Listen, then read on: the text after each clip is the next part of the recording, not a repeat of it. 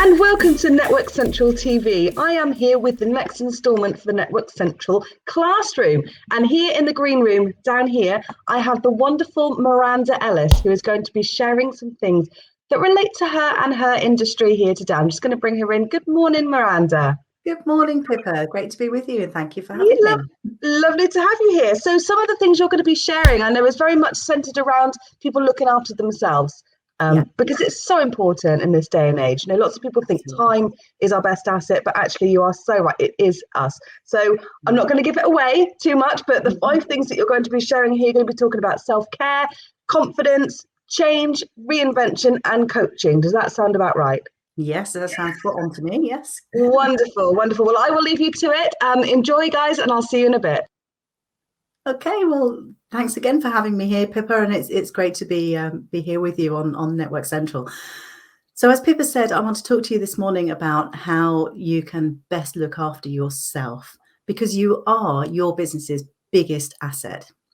You know, whatever your business is, you are the most important thing that you've got. We look after our money, we look after our time, we look after all of our other business assets, but we do tend to neglect ourselves.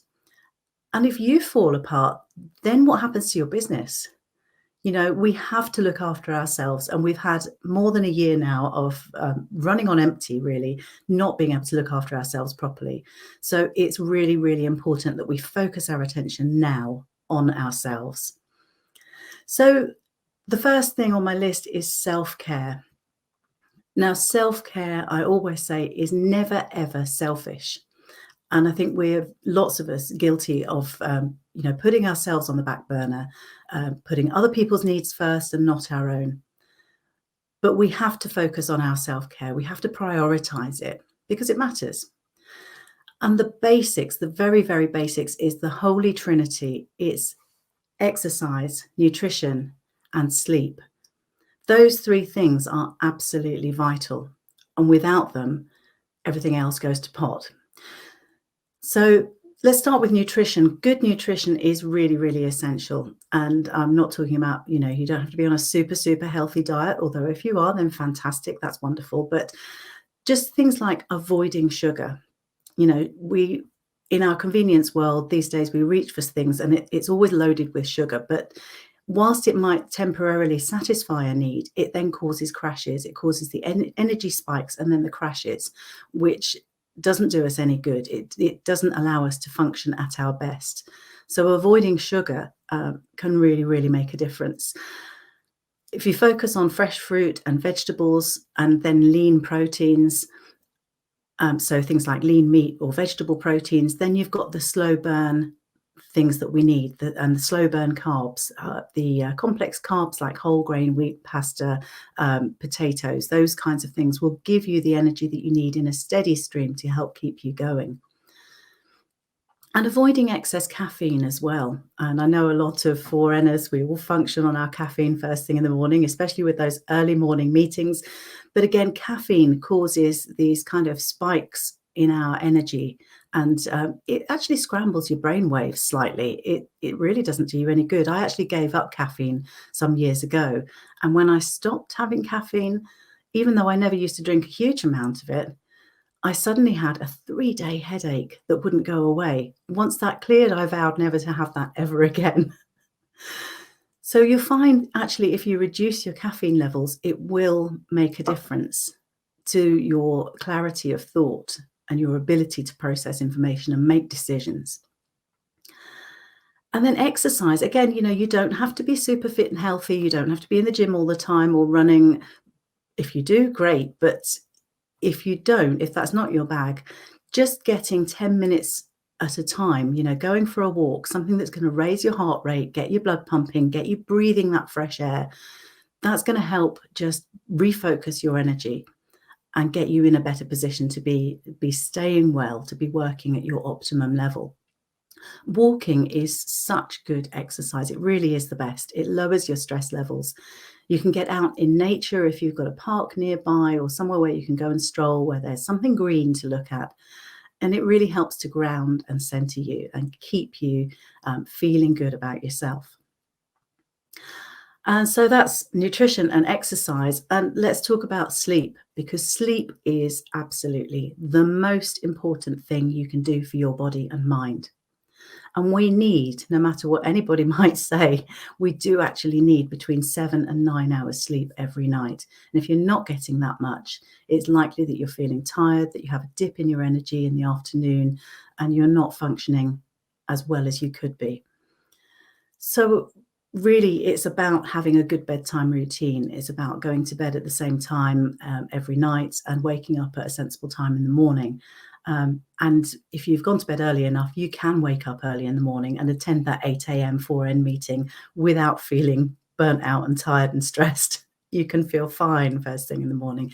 I've trained myself now to get up early in the mornings, and the morning is when I do my best work. It's when my brain is really switched on and I can focus and I can just churn through stuff really, really quickly.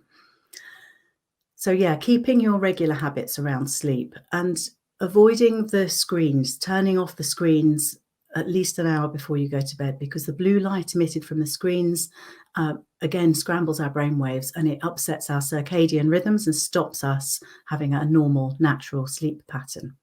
Try it and see what a difference it really makes. So those three things really are the basics of self-care, the very, very basics. And on top of that, make time for you. Make time to do the things that you love, the things that kind of refill you with that feel good.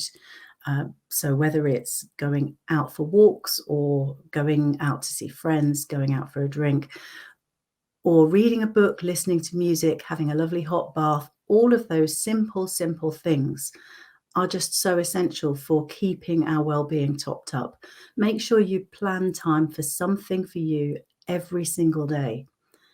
And it's not a luxury, it's an absolute necessity. So please do it and notice what difference it makes for you. Okay, so that's self-care. Well, next thing on my list is confidence. And it's good to understand what it is that impacts your confidence. We all have times when we feel less confident in ourselves, even if we might try not to show it externally. Even the most supremely confident person you can think of will have times when they don't feel 100% confident, when they get the imposter syndrome, you know, the devil on your shoulder that says, you're no good at that. Oh, nobody wants to listen to that. Oh, no, no, no. We all suffer from it from time to time. Now, if you recognize the things that impact on your confidence, then you can do something about it. You know, do you have thought patterns like, I'm no good at X task? I'm no good at that. I haven't got that skill. Other people will think I'm this, that, and the other. Where do those beliefs actually come from?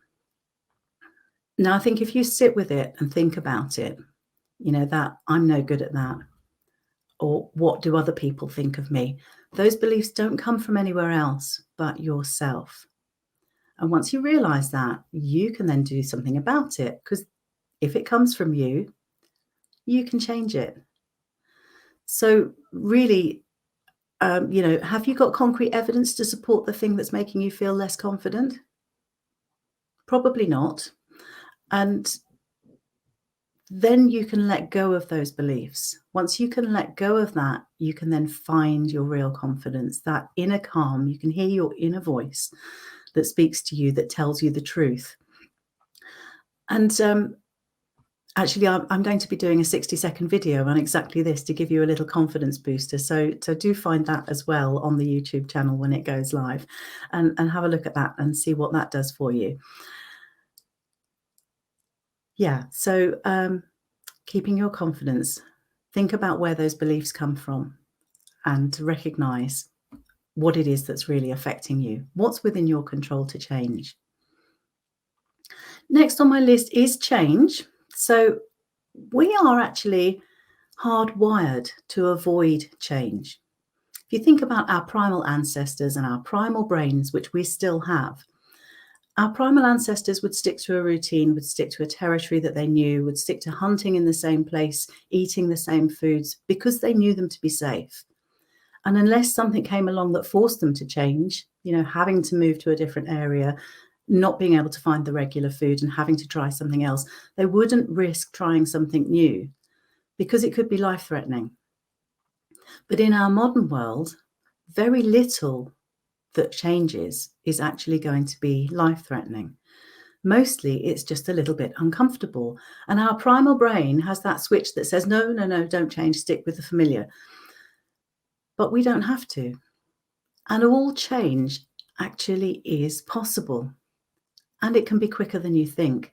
Because again, it's a belief, and it's something in our own minds that is making us think that we can't change. And as I've already said, if it's in your own mind, it's within your power to control it.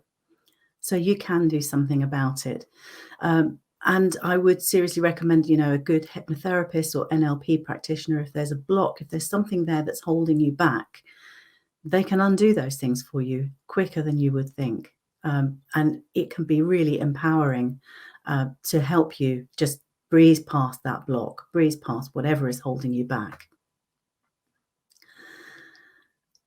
And the next on my list related to change really is reinvention. So as I've said, we're resistant to change, but we quite often think that because we've set off on one particular path with our career or our life in any particular direction, that we have to stay going in that direction. So, for example, this is something I've done many times myself. I used to be a primary school teacher, and I reached a point where I just couldn't continue with that. It was an exhausting job. It was very, very long hours, extremely demanding. There was a lot going on in my life. And I came to the realization that I just couldn't carry on with it. It was going to finish me off. And I needed to change. I needed to start again and think of something different that I could do. Now, if I just stayed in that mindset of, well, I'm a teacher, then I would have been trapped in that. I couldn't have ever done anything else. But actually, I unpacked my skills and I found another job that needed exactly those skills and went into that. And it made a big difference for me. Suddenly I was in a job where I felt I could really stay on top of things. I could cope. I wasn't working the long hours anymore. I wasn't under all the stress that I was under before.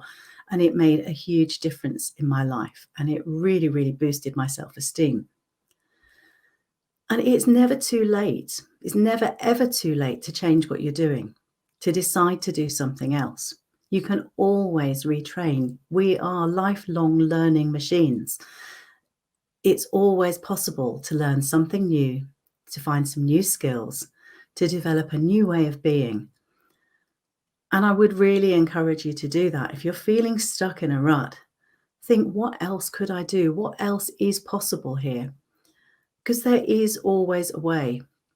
You don't have to stay doing the same thing that you've always done because, hey, as they say, if you always don't do what you've always done, you're always going to get what you've always got. So don't be afraid to reinvent yourself, to start again, to find a different thing that you can do. I've gone through it so many times. I've gone from working in administrative roles to then getting a degree and qualifying as a teacher, becoming a teacher, then to training adults, then to working as a freelance consultant in the heritage industry, and then more recently to actually launching my new business. And it's something I'm sure I will continue to do throughout my life. I don't ever want to get stale and let the grass grow under my feet. Once you've done something and decided you've done that, you've had enough of doing that, you can do something else. It keeps you on your toes. It keeps you alive and raring to go. And so finally, my last thing on my list is coaching. Now, okay, I would talk about this because I am a life coach and this is my business, but it's a value that I live completely, wholeheartedly. I've found coaching to be so, so valuable in helping with all of those other things that I've talked about. I've had coaching to help me with self-care, nutrition and exercise. I've had coaching to help me develop my confidence. And I've had coaching to help me manage change and to manage that reinvention process and discovering what I really want to do and what I really want from life. And I think every business owner can really benefit from working with a good coach. Now, whether it's a business coach who's going to help you with a particular skill, for example, I'm working with a marketing coach at the moment to help me with my marketing strategies, or it might be that you want a life coach to help you with your direction in life, to help you with your well-being. whatever it is, that coaching gives you time and space to focus on yourself, because we never give ourselves that time. You know, when you have a coaching session, it might be an hour where you're having a focused conversation with somebody and you're really, really thinking about what it is that you want, about a problem that you're facing, about something that you need to deal with, or developing plans for the future. And you have that hour of concentrated time with somebody who's going to listen and be a sounding board for you and give you reality checks on things. And it's incredibly powerful. If you've never tried it, you definitely should, because it's such a powerful process. It works in a way that a conversation with a friend doesn't work the same way, unless you've got a friend who's a really, really good coach, actually. A friend will always want to leap in with telling you their story, or will want to give you advice or suggestions about how to do something. And a good coach won't actually do that.